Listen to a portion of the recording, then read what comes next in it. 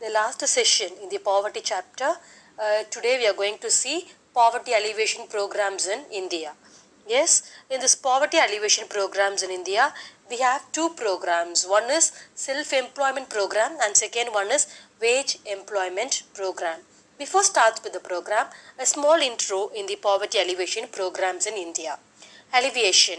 What does mean by alleviation? Alleviation is nothing but reduction of poverty and remains a major challenge before the nation.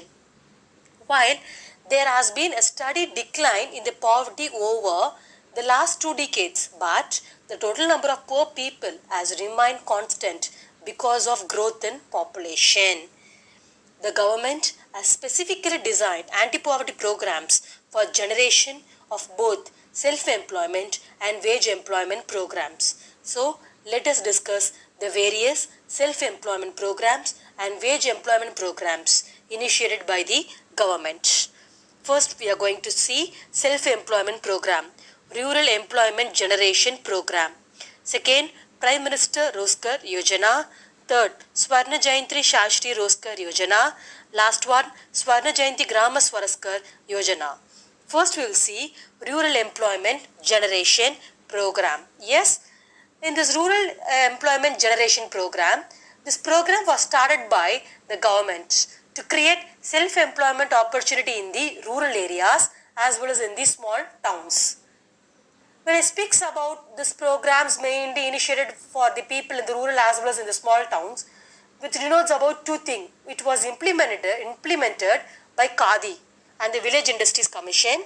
Second, under this program, one could get financial assistance in the form of bank loan to set up small industries. Yes. Second, Prime Minister Rozgar Yojana. Under this program, the educated unemployed from low income family in the rural as well as in the urban area were given financial help to set up any kind of enterprises that generates employment. So this program is purely for the educated unemployed youth, mainly those who are from low income family in both areas, rural as well as in the urban area. In what way they will help? They will help in the form of financial help to set up their any kind of enterprises that generates employment. Yes, so the Prime Minister Rozgar Yojana to generate employment by setting up 7 lakh micro enterprises during 8th plan from 1992 to 97.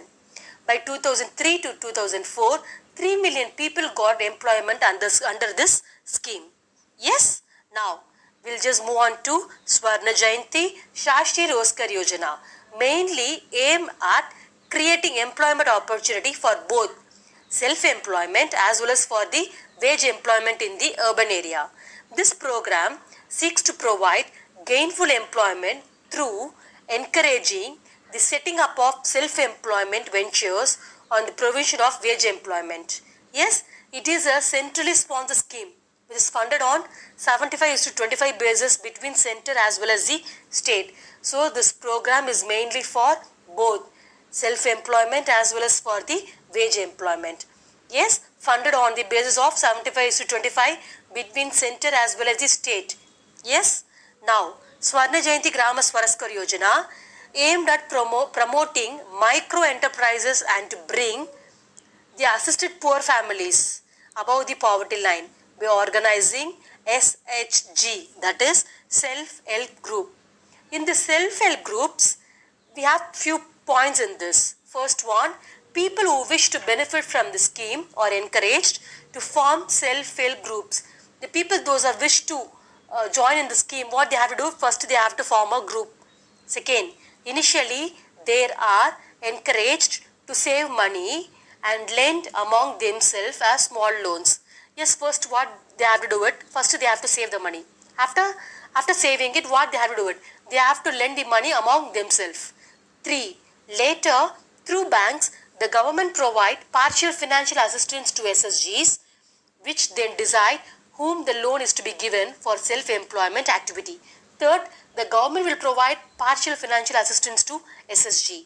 Next, at the last, this has now been restructured as National Rural Livelihoods Mission, that is NRLM, and similar program called National Urban Livelihoods Mission has also been in the place for urban area.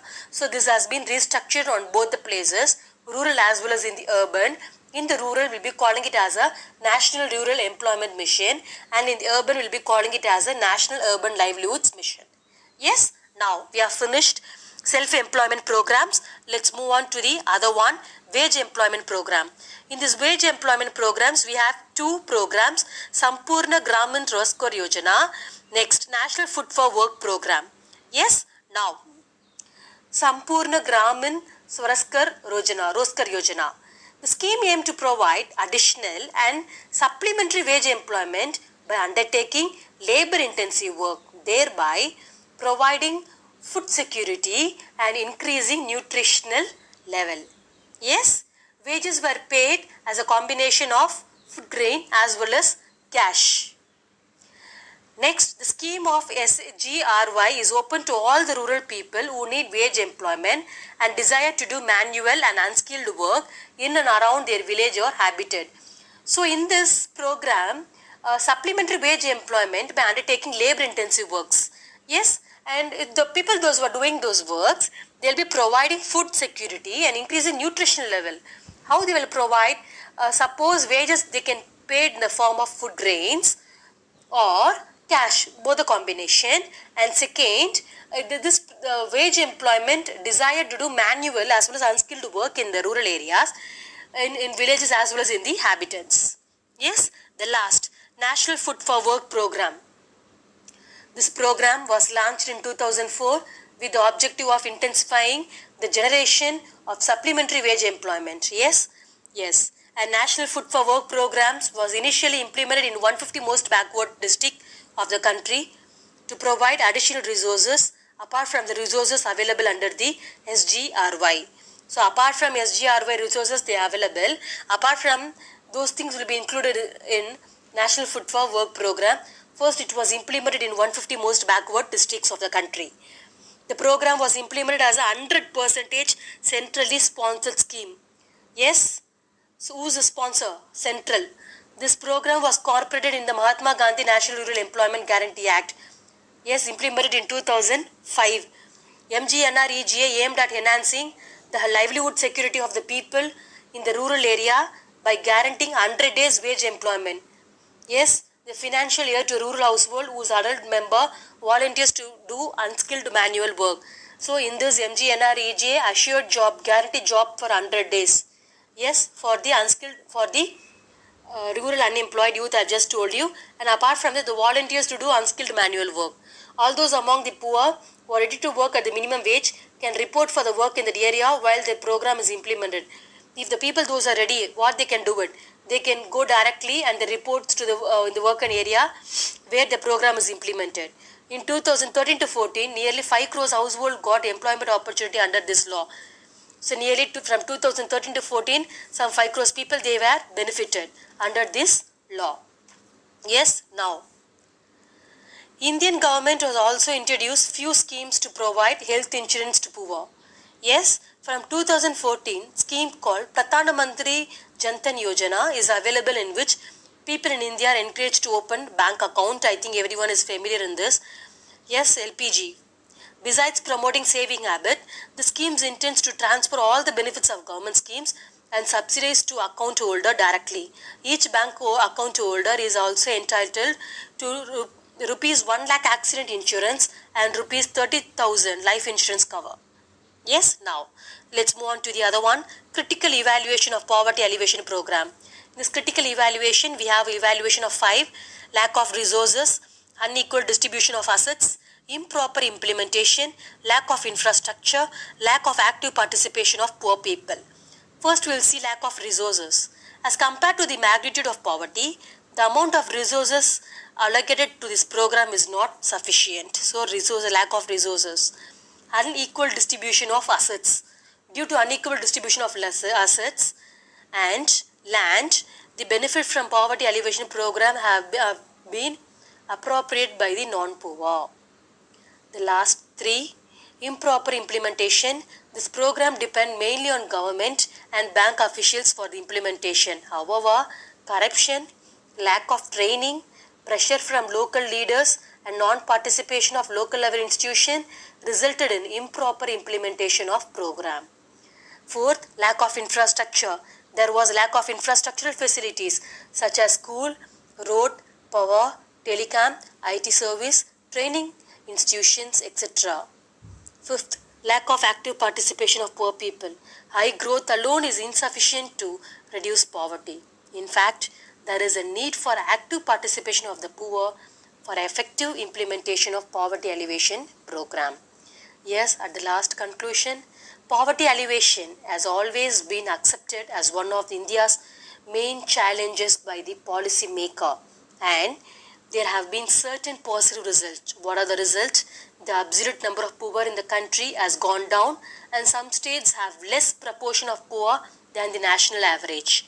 Second, there is improvement in terms of per capita income and average standard of living. 3. There has been some progress towards meeting the basic needs of poor people. However, when we compare the program of our country with the progress made by many other countries, our performance has not been impressive. When we compare with other countries, our performance were not been impressive. Moreover, the benefit of growth and development have not reached to all the section of people. As a result, even after allocating and spending vast resources for eradication of poverty, we are still far away from reaching the goal. So at the last, we have completed our portion, we have completed our chapter poverty.